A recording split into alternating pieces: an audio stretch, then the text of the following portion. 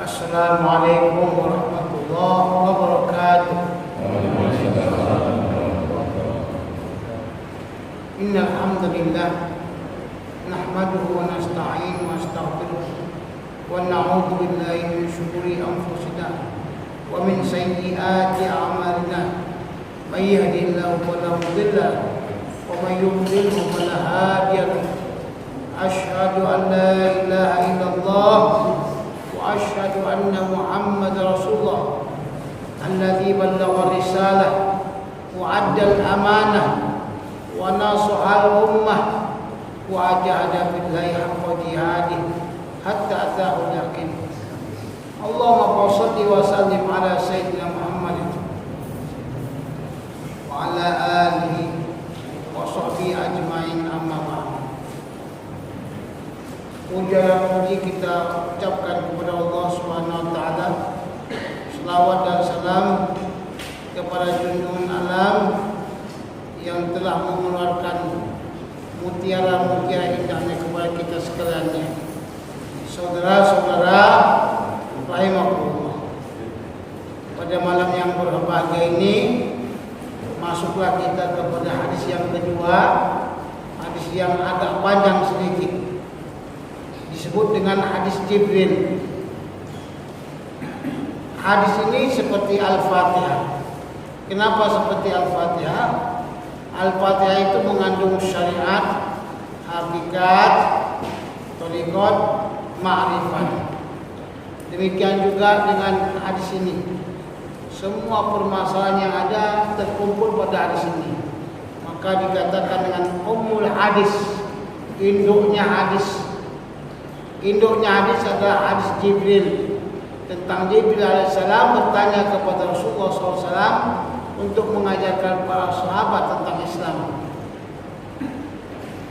Saudara-saudara rahimahullah, Imam Muslim radhiyallahu taala anhu berkata, Haddatsana Abu Khaythamah Zuhair bin Harbin qala haddatsana Waqi'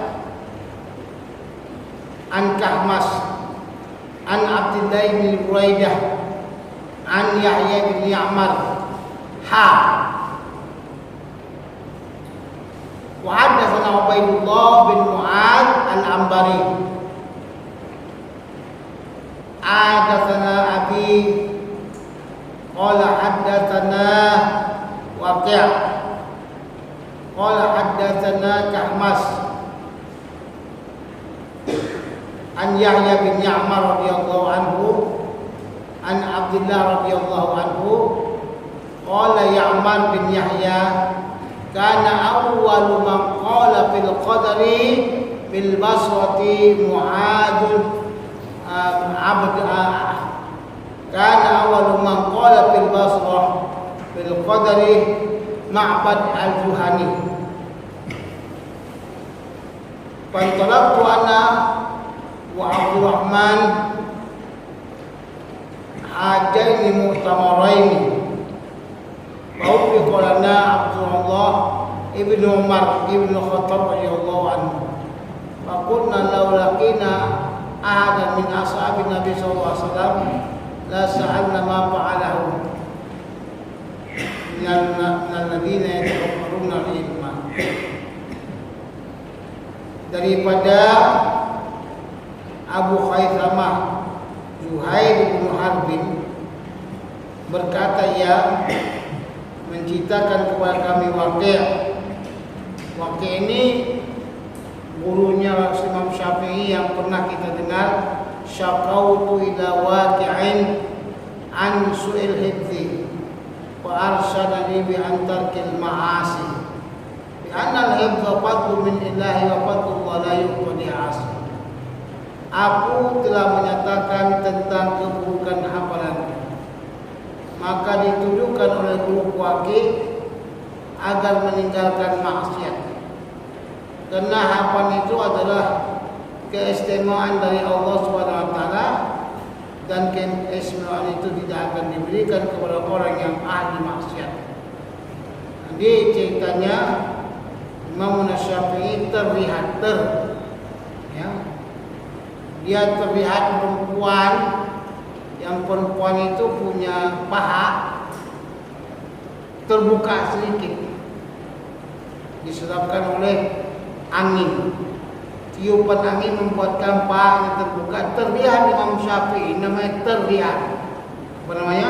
Terlihat. Kalau terlihat dosa nggak?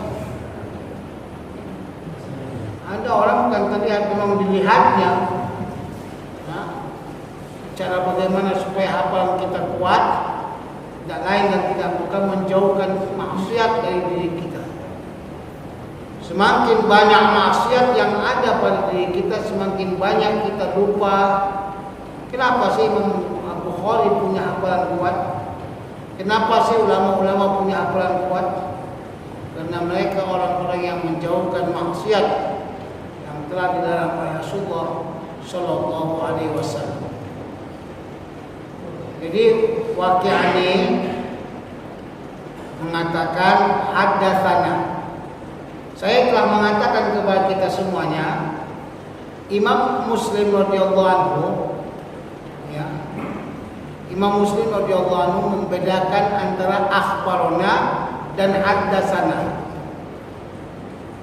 Disinilah keindahan kitab Sahih Muslim. Susunannya bagus, cara hadisnya bagus, dan potongan hadisnya bagus. Jadi kalau sekiranya orang Maroko lebih mengedepankan Sahih Muslim ketimbang Sahih Bukhari, sebenarnya kembali kepada susunan hadis. Sahih Bukhari memang paling sahih, lebih sahih dari Sahih Muslim. Cuman berbeda susunannya dengan susunan yang telah dibuat oleh Imam Muslim. Imam Muslim telah membuatkan hadis yang pendek. Begitu panjangnya hadis dia buatkan pendek, jadi susunannya indah. Di sini Imam Muslim membedakan antara haddatsana dengan akhbarona. Kalau haddatsana berarti gurunya yang membaca, sama ada dari hafalannya atau tidak. Kalau akhbarona itu dibaca oleh murid kepada gurunya. Kalau an itu secara ijazah. Kita melihat Imam Abu Khaisamah Zuhair bin Harbin menggunakan lafaz haddatsani. Dia menggunakan kalimat haddatsani, berarti dia dengarkan sendirian dia. Haddatsani Waqi' qala haddatsana Kahmas. Berarti dia ini mendengar langsung dengan banyak, dengan orang yang banyak daripada Kahmas. Cuman Kahmas ini menggunakan lafaz an Abdullah bin Buraidah. Maknanya apa? Maknanya ijazah. Telah kita katakan sebelumnya, an boleh diterima sebagai sanad yang muttasil dengan syarat pertama, bahwasanya ada bukti jumpanya mereka antara murid dengan guru, punya bukti pertemuan. Itu dimintakan oleh Imam Bukhari. Yang kedua, mungkinnya mereka bertemu. Mungkin itu kebanyakan para muhaddisin mensyaratkan mungkinnya bertemu antara murid dengan guru. Maksud mungkinnya itu bagaimana? Contoh, kalau muridnya berangkat tahun 1370, gurunya meninggal 1360, jumpa enggak? Jumpa enggak? Hah? Halo? Ya. Enggak jumpa. Kalau enggak jumpa, enggak mungkin jumpa. Jumpanya di kuburan. Mungkin jumpanya di kuburan kuntilanak kali ya. Orang sudah mati. Karena ini banyak kejadian. Kau ada seorang muhaddisin mengatakan qala fulan. Di mana kau jumpa fulan? Di sini di Mekah. Dia kata, tahun berapa kau datang ke Mekah? Tahun sekian. Si fulan sudah meninggal sebelum kau datang. Tidak mungkin berjumpa. Kalau tidak mungkin berjumpa berarti jatuh syaratnya. Ya, syaratnya tadi itu mungkin berjumpa. Ada orang Mesir yang bicara sama saya bahwasanya dia itu meriwayatkan hadis daripada Al-Hafidh Ahmad Siddiq Al-Umari. Pernah dengar? Al-Hafidh Ahmad Siddiq Al-Umari, pernah dengar? Saya kemudian bertanya kepada tahun berapa lahir? Dijawab 1394. Bagaimana boleh berjumpa? Al-Hafidh Ahmad Siddiq Al-Umari meninggal tahun 1380. Dia lahir tahun 1394. Jumpa di mana? Mungkin di Lauh Mahfuz ya. Tidak akan mungkin berjumpa. Nah, ulama ini menggunakan tarikh. Hati-hati kalau ulama dah menggunakan tarikh. Ya. Kemudian apa lagi syaratnya? Bahwa orang ini tidak termasuk daripada suka membelitkan sanad. Karena sanad gurunya itu orang yang kecil atau dhaif atau dipandang remeh, campaknya gurunya langsung diangkatnya dia langsung ke guru daripada gurunya. Jadi ini tidak boleh. Nah, orang ini tidak diterima annya. Annya itu jadi dhaif. Kalau dia menggunakan kalimat an, secara otomatis orang ini dhaif. Kalau dia gunakan an, ya. Kecuali dalam naskah yang lain digunakannya haddatsana dengan sharih atau akhbarana, maknanya dia berarti dengarkan. Memang dia dengar daripada orang itu. Kalau nggak dengarkannya kemudian kata akhbarana atau haddatsana, berarti dia penipu, kadzab. Kalau kadzab tidak langsung diterima hadisnya. Tapi kalau dia ini mengangkatnya kepada guru daripada gurunya, hadisnya ini mungkin saja memberikan keraguan kepada kita bahwa saya mungkin dengar atau mungkin tidak. Perlu kita teliti kembali daripada naskah yang lainnya, apakah hadisnya itu akhbarana atau haddatsana. Baiklah, Kahmas yang menggunakan an dihukumkan secara otomatis muttasil sahih karena mungkin berjumpa. Tetapi pada sanad yang lain kita akan bertemu nanti, dia gunakan haddatsana. Mana? Pada lafaz ha. Ha ini pada orang-orang ahli Hijaz mengatakan ha. Ha itu tahwilu sanad, perubahan sanad. Maknanya Imam Muslim akan menyebutkan sanad yang lainnya tetapi menambahkan kembali faedah. Hanya orang yang tahu istilah Imam Muslim lah yang akan mendapatkan faedah sanadnya itu. Ketika Imam Muslim mengatakan ha, wa haddatsana Ubaidullah bin Mu'adz Ambari, qala haddatsana Abi, qala haddatsana Waqi', qala wa haddatsana Kahmas. Haddatsana Kahmas tadi kan digunakan an, tapi naskah yang lainnya penggunaannya dengan haddatsana berarti memang benar dia mendengarkan hadis ini. Secara otomatis hadis ini memang muttasil. Ya. Jangan lupa faedah yang saya katakan tadi, pertukaran sanad dibuat dengan ha. Yang kalau kita gunakan haddatsana berarti memang didengarkannya dari gurunya. Wa haddatsana Kahmas an Yahya bin Ya'mar. Jadi periwayatnya ini semuanya terkumpul kepada Yahya bin Ya'mar. Kalau kita seperti hadis yang pertama, innamal a'malu binniyat, terkumpul sanadnya kepada Yahya bin Sa'id Al-Ansari daripada Muhammad bin Ibrahim At-Taimi. Tapi sanad yang kedua ini, sanad Al-Jibril ini terkumpul kepada Yahya bin Ya'mar. Maka Yahya bin Ya'mar lah yang mengatakan kepada kita, kana awwal man qala bil qadari bil Basrah Ma'badul Al-Juhani. Orang yang pertama yang berbicara tentang masalah qadar di Basrah adalah Ma'bad Al-Juhani.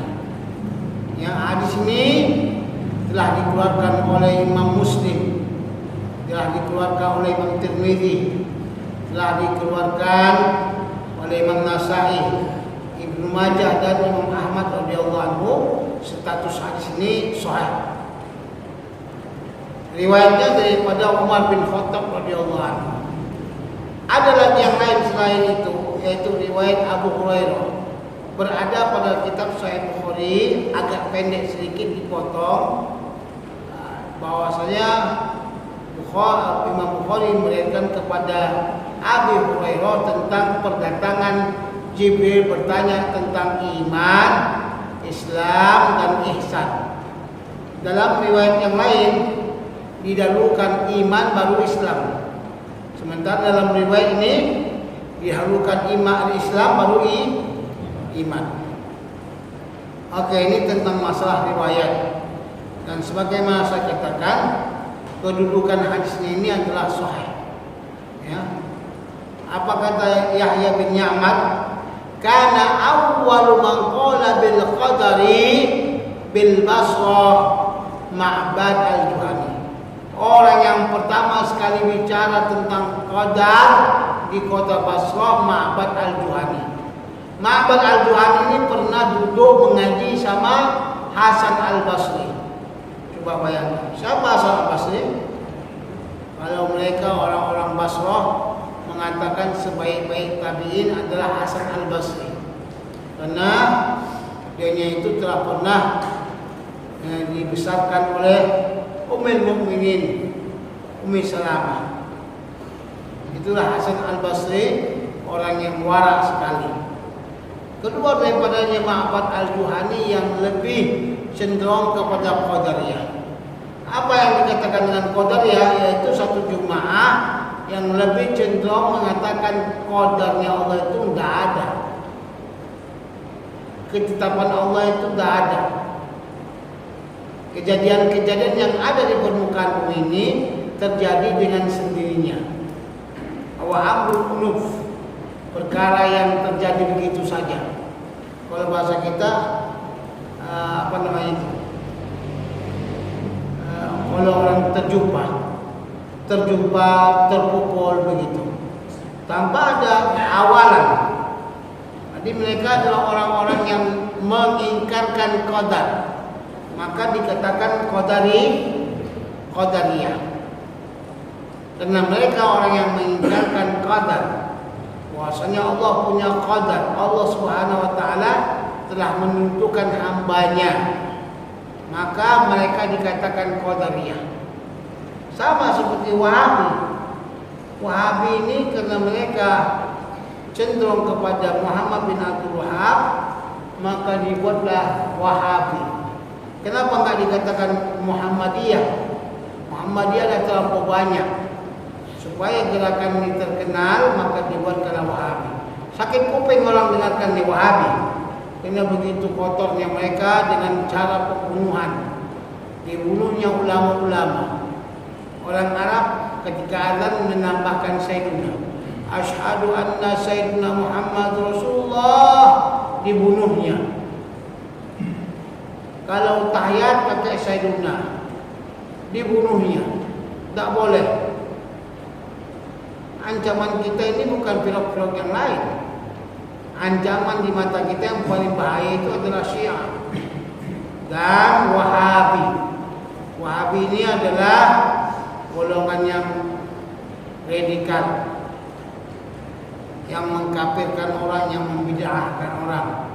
Makanya banyak para ustaz seperti Firanda, seperti kawan-kawan mereka Basalama dan sebagainya, tidak diterima oleh orang-orang Aceh.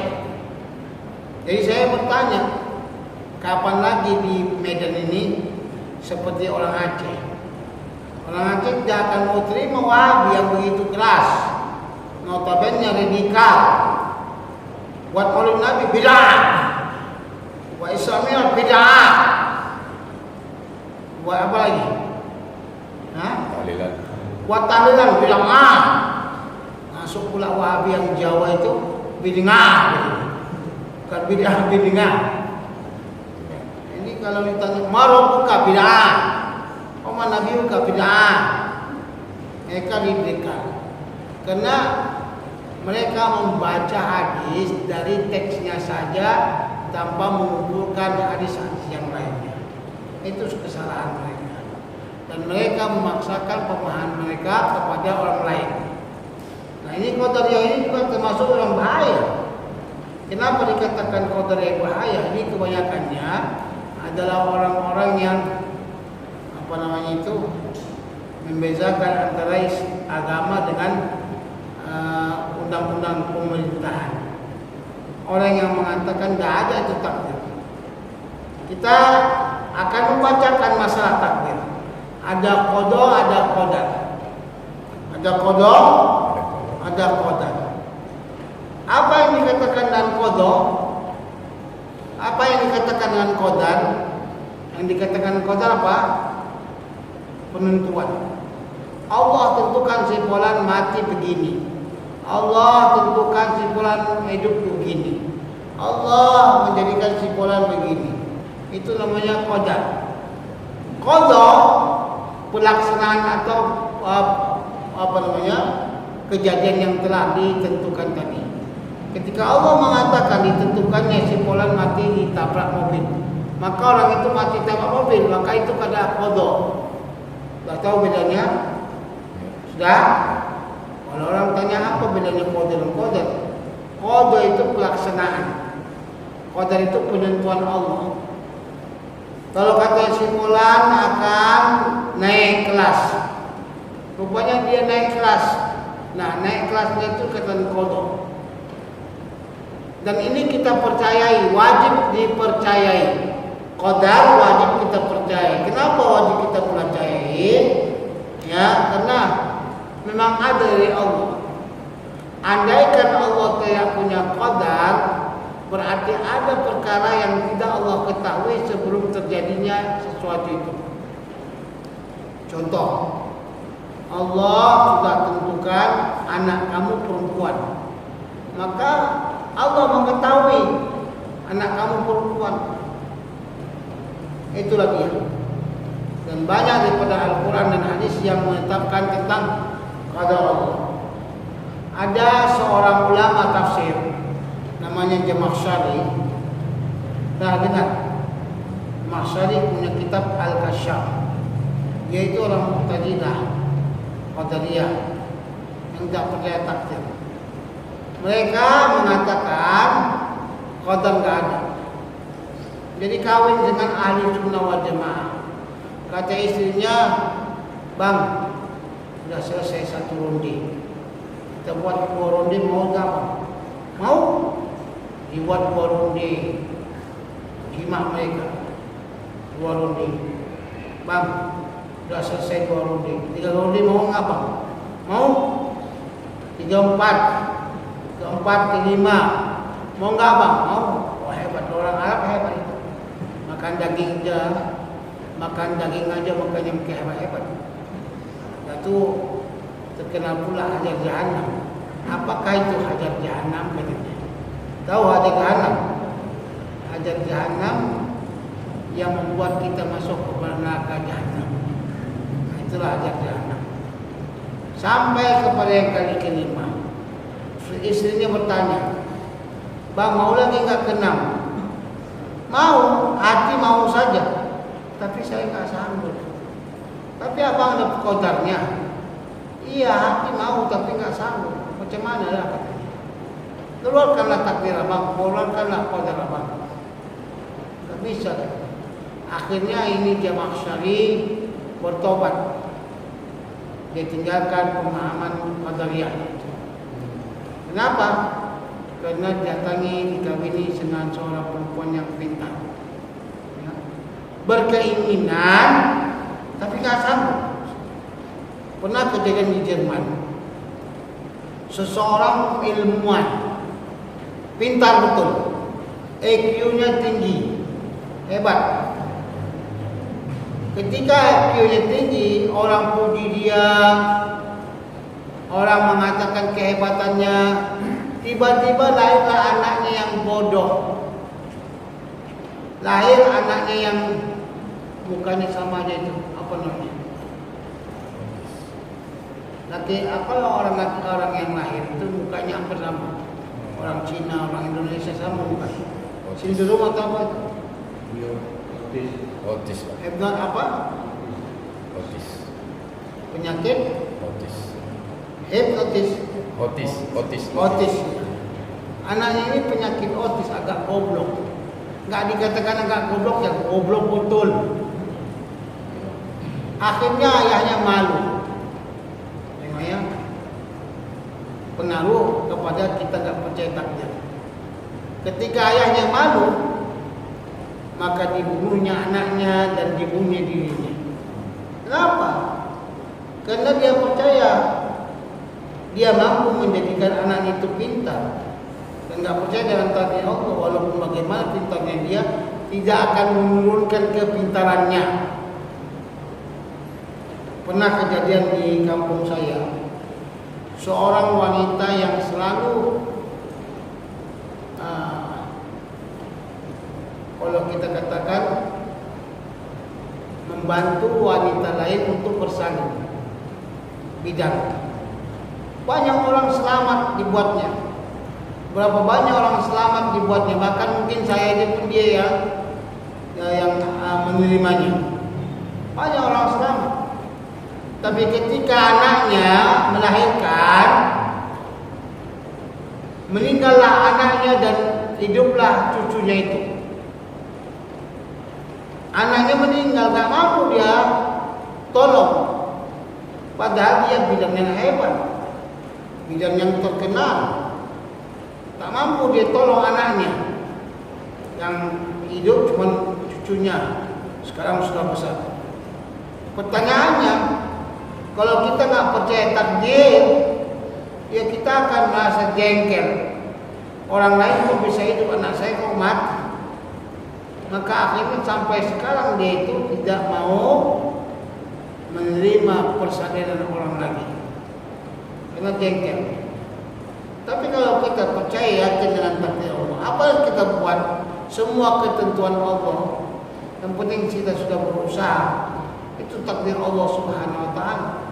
Hidup atau mati adalah ketentuan Allah.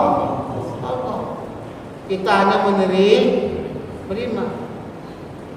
Ada seorang dokter, ayahnya dia coba, dia kumpulkan dokter-dokter pakar, bawa pula ke Pineng.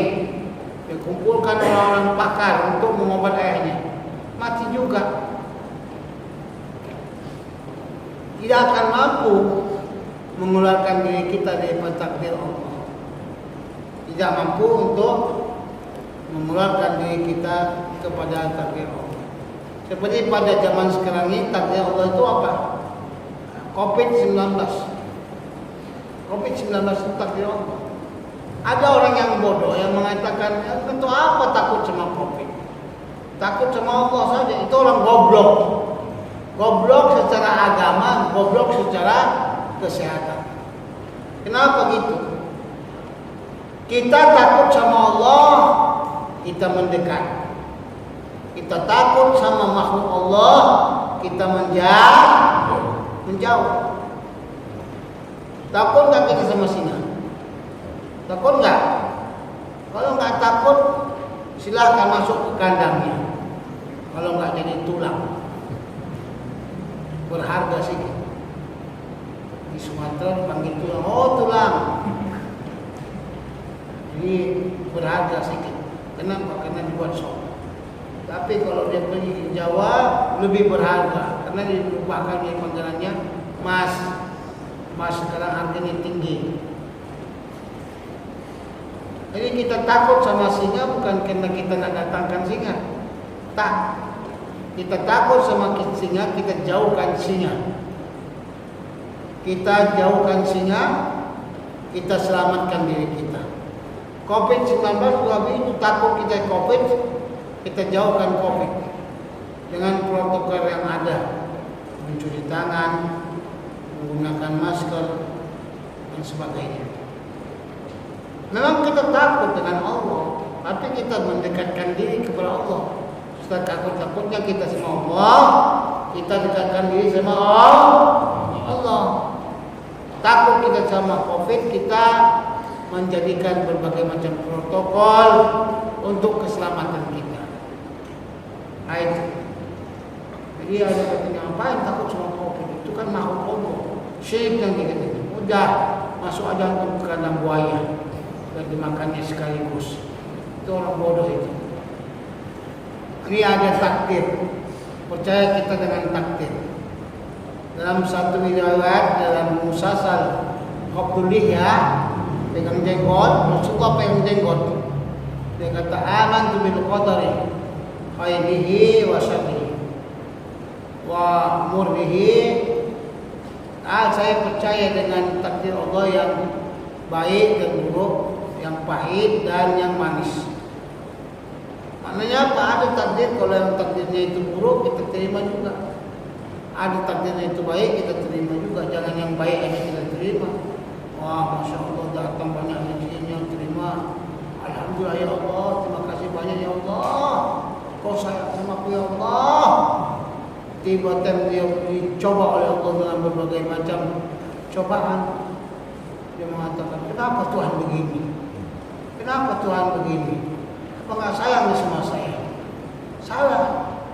Takdir baik dan takdir buruk kita terima karena Allah yang menentukan kita. Kita laksanakan wayang yang dimainkan seperti kapas yang terbang. Tidak ada kemampuan kita. Jadi katanya karena awwalu man qala bil qadari fil Basrah. Orang yang pertama kali bicara tentang qadariyah ini di Basrah adalah Ma'bad bin Al-Juhani. Sebab itu tadi walaupun kita mengaji sama tuan guru yang hebat, walaupun kita mengaji sama tuan guru yang memang betul ilmunya banyak, kembali kepada diri kita. Kalau kita mau mengaji, betul-betul mengaji, mau menerima, insyaallah Allah buka. Tapi kalau datang dia bukannya untuk mengaji, untuk ngetes tuan gurunya, untuk berbangga diri dan sebagainya, jadi sesatlah dia. Seperti Ma'bad Al-Juhani, walaupun dia mengaji dengan Imam Hasan Al-Basri, tetap dia sesat. Nah, Qadariyah ini adalah golongan daripada orang-orang ahli bid'ah. Saya tidak akan menceritakan tentang masalah bid'ah amaliyah, tapi saya mau mengatakan masalah bid'ah i'tiqadiyah. Bagaimana pandangan ulama dengan bid'ah i'tiqadiyah? Mana ahli bid'ah keluar dari landasan ahli sunnah wal jamaah yang berpegang dengan Al-Quran dan hadis dan sahabat Nabi SAW. Jadi perlu kita cinta kepada Rasulullah. Kalau tidak cinta kepada Rasulullah kafir. Perlu kita cinta kepada sahabat Nabi. Perlu kita cinta kepada keturunan Nabi. Ini macam kita ini kadang-kadang melihat bagaimana musuh-musuh Allah terlampau benci dengan keturunan Nabi. Ini Bani Umayyah ini makin hidup, makin bergerak. Niu Bani Umayyah. Coba kita lihat bagaimana Bani Umayyah memerangi keturunan Nabi. Sayyidina Hasan meninggal dunia di Karbala. Keturunan Sayyidina Husain juga mati di situ. Yang tinggal hanyalah Ali Zainal Abidin dan cucu-cucu Rasulullah yang perempuan. Mereka memerangi keturunan Rasulullah. Sekarang ini kita banyak melihat musuh-musuh Allah ini yang memerangi keturunan Rasulullah. Seperti kita lihat Habib Rizik. Itu orang benci betul sama Habib Rizik. Apa salahnya? Apa yang dibuatnya dengan kamu sehingga kamu terlalu benci dengan Habib Rizik? Sampai fotonya mau dibakar, sampai fotonya itu mau tendang-tendang. Orangnya di Mekah tapi kamu berada di Indonesia. kamu ingin membakarnya, kan apa enggak kamu gila? Kenapa? Karena orangnya jauh, tidak buat apa-apa. Nah, ini maknanya dia benci dengan keturunan Rasul. Kata Rasulullah dalam Sahih Muslim, alamatul iman hubbu Ali, wa alamatul nifaq bughdu Ali. Pertanda orang itu beriman, cinta dengan Imam Ali. Dan pertanda orang itu adalah munafik, benci dengan Imam Ali. Makanya kita wajib, ya satu kali lagi, wajib mencintai keturunan Rasulullah. Dan keturunan Rasulullah itu dari Sayyidah Fatimah radhiyallahu taala anha. Dan wajib kita cinta kepada sahabat, para sahabat yang telah menyampaikan Islam kepada kita semuanya. Kalau tidak dikenakan sahabat, tidak akan sampai Islam kepada kita. Wajib kita percaya, wajib kita yakini, wajib kita hormati para sahabat Nabi SAW. Cinta kita kepada Rasulullah, cinta kita kepada ahli baitnya, cinta kita kepada sahabat. Kalau saya kata saya cinta sama seorang, kemudian saya lempar kucingnya sampai kakinya itu pincang, apakah saya cinta dengan si pola? Cinta? Tak cinta. Karena kalau cinta saya akan menghormati apa saja yang berhubungan dengan si pola yang saya cintai. Apa yang berhubungan dengan Rasulullah, yaitu sahabat dan keturunan Rasul. Karena mereka lah yang menyiarkan Islam.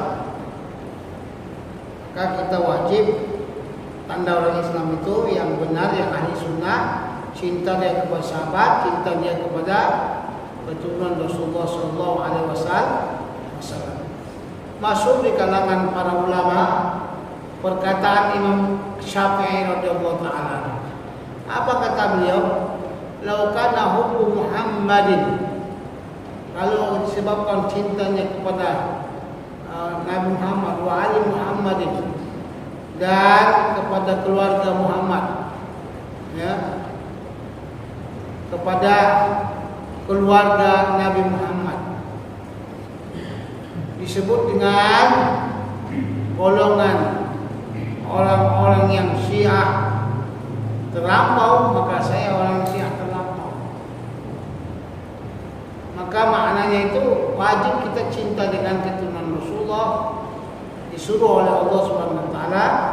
Wajib kita mencintai sahabat Nabi, semua kita hormati. Yang namanya sahabat Nabi yang masuk Islam, Rasulullah SAW hidup, mereka masuk Islam, itu sahabat Nabi, kita hormati mereka. Ya. Nakoda apa ini? Akidah bid'ah ini, ada akidah bid'ah yang keluar daripada agama, ada akidah bid'ah yang tidak keluar daripada agama. Jadi macam Syiah, Syiah ini ada yang keluar dari agama Islam. Seperti mereka yang mengatakan bahwasanya Jibril tersalah memberikan wahyu. Semestinya wahyu itu kepada Nabi, kepada Imam Ali karramallahu wajhahu. Ini namanya sudah bid'ah yang keluar daripada agama Islam. Ada lagi bid'ah yang keluar daripada agama Islam adalah bid'ahnya orang-orang yang menyamakan Allah dengan makhluk. Ini adalah orang yang telah keluar daripada agama Islam. Ada yang tidak. Syiah zaman sekarang tidak dikatakan keluar daripada agama Islam. Kalau kita mendengarkan Syiah itulah keluar, itu Wahabi yang mengatakannya. Banyak golongan orang yang telah mengatakan Syiah itu bukan Islam. Mereka itu apa ini? Mereka Islam, mereka bukan ahli sunnah wal jamaah. Mereka masih Islam, tapi bukan ahli sunnah wal jamaah.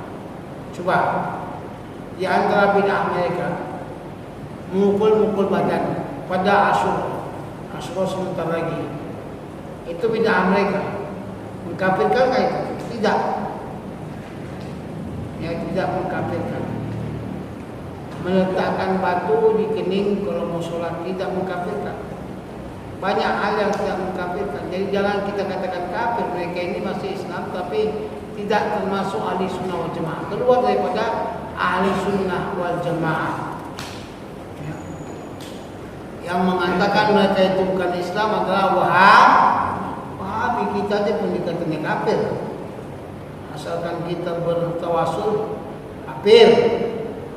Asalkan kita buatkan begini itu, kafir. Kalau kita katakan ya ke Asy'ari Abdul Jailani, kafir.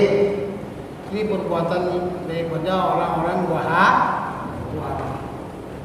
Ini Syiah. Apakah bahaya Syiah? Bahaya. Tapi lebih bahaya lagi Wahabi. Ada yang Syiah, ada yang Wahabiyah atau Salafiyah sekarang ini. Yang perlu kita melihatnya adalah di antara akidah mereka membagikan tauhid kepada 3. Asma wa sifat, rububiyah dan asma dan sifat. Itu mereka bagi-bagi. Padahal Rasulullah tidak pernah bagi. Pembagian ini dibuat oleh Ibnu Taimiyah. Apalagi mereka suka membid'ahkan orang. Mereka suka mengkafirkan orang. Yang paling radikalnya mereka suka membunuh orang. Mereka katakan ini orang sudah kafir, halal darahnya dibunuh. Halal darahnya dibunuh. Ini Wahabi. Ada lagi kelompok daripada ahli bid'ah yang tidak keluar daripada agama, yaitu seperti Mu'tazilah yang tidak mempercayai qadarnya Allah. Nah, di sini diceritakan qadarnya Allah, mereka dikatakan qadariyah mutaqaddimin. Qadariyah yang ada pada zaman dahulu, yang tidak mempercayai qadariyah. Allah menjadikan qadar, dan mereka tidak menjadikan atau tidak percaya dengan takdir Allah. Kalau qadariyah zaman sekarang mengatakan Allah menjadikan takdir, yang mana dengan takdir itu kita berbuat sesuka hati. Sementara kita mengatakan Allah menciptakan takdir masing-masing. Allah menciptakan takdir masing-masing. Dengan takdir yang Allah ciptakan itu, kita boleh berbuat apa saja sesuai dengan ikhtiar kita. Kenapa dihukum? Ada ikhtiar di situ. Masih banyak golongan-golongan ahli bid'ah. Imamuna Al-Hafidz Ibnu Hajar Asqalani Asy-Syafi'i mengatakan, golongan ahli bid'ah ini riwayatnya tidak dapat diterima kalau dia berdakwah kepada kebid'ahannya. Tapi kalau dia berdakwah tidak mengatakan, tidak menyebutkan kebid'ahannya, dia berdakwah tidak mengembangkan bid'ahnya, sementara dia thiqah, terpercaya, maka riwayatnya itu diterima. Orang yang ahli bid'ah, yang terpercaya dan tidak menyebarkan kebid'ahannya, itu diterima riwayatnya. Nah, di dalam Sahih Bukhari banyak sekali terdapat orang Syiah yang meriwayatkan hadis. Banyak sekali. Karena kalau dia tidak disukai pemerintah, langsung dicop Syiah. Asal dia tidak disukai pemerintah, langsung dicop Syiah. Jadi kalau kita tidak mau terima riwayat mereka, berapa banyak hadis yang mereka riwayatkan yang tidak kita pakai. Imam Dhahabi mengatakan, biarkan dengan bid'ahnya, kita ambil kesikohan riwayatnya. Bid'ahnya bid'ah aja, asalkan dia tidak menyimbangkan bid'ahnya, kita ambil sikohnya, hadisnya kita ambil. Ini membuktikan sama kita hadis yang memang sikoh dan tidak mengembangkan kebid'ahannya, boleh diterima riwayatnya. Inilah riwayat ahli bid'ah. Jadi sebagaimana juga saya katakan, Al-Basra adalah kota kecil yang ada di Irak, yang didirikan oleh Imam Umar, yang didirikan pada masa Umar bin Khattab radhiyallahu taala anhu, dan berkembang di situ orang-orang yang sibuk dengan menuntut ilmu. Sudah ada dan hadis ini panjang. Ya. Hadis ini panjang, kita masih lagi tentang masalah asbabul wurud, sebab-sebab datangnya hadis ini. Mudah-mudahan insyaallah akan memberikan pemahaman selanjutnya. Ada pertanyaan? Ada? Tidak ada? Allah ada. A'udzubillahi minasyaitonir rajim. Alhamdulillahirabbil alamin wassalatu wassalamu ala rasulillah wa ala alihi washabbihi. Rabbana anfa'na bima 'allamtana. Rabbi 'allimna alladhi yanfa'una. Rabbi faqihna wa faqihna. Wa qarabati lana fi dinina ma'ani kutubin sawadaka. Allahumma arina haqqa wa warzuqna ittiba'ah wa arina al-batila batila wa warzuqna ijtinabah. Allahumma ansurna nasran 'azizah wabtah lana fathan mubina. Rabbana atina fid dunya hasanah wa fil akhirati